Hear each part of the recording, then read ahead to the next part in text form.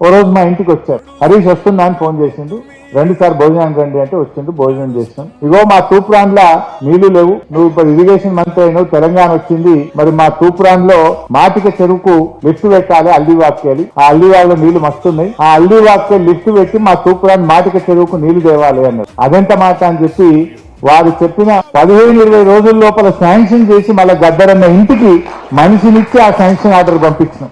8-9 నెలల్లోనే ఆ lift irrigation పనులు పూర్తి చేసి గద్దరన్న చేతుల మీదుగా దాన్ని ప్రారంభోత్సవం చేసే అదృష్టం, అవకాశం కూడా నాకు ఆ రోజుల్లో దొరికింది. ఇంకొక మంచి జ్ఞాపకం, ఓసారి కేసీఆర్ గారికి గద్దరన్న ఒక ఉత్తరం రాసింది.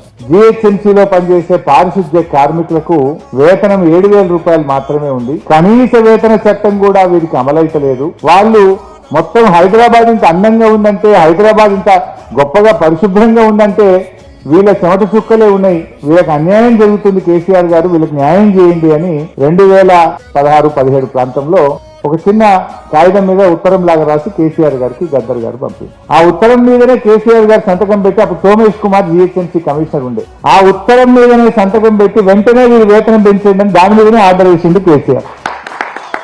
బహుశా 7,000 నుంచి ఇప్పుడు 16,000, 18,000, 20,000 దాకా ఆ వేతనాలు పెరిగినాయంటే ఆ జిహెచ్ఎంసీ పారిశుద్ధ్య కార్మికుల వేతనాల పెంపు వెనుక కూడా గద్దరన్న కృషి, గద్దరన్న మాట అంటే కేసీఆర్ గారికి అంత గౌరవం.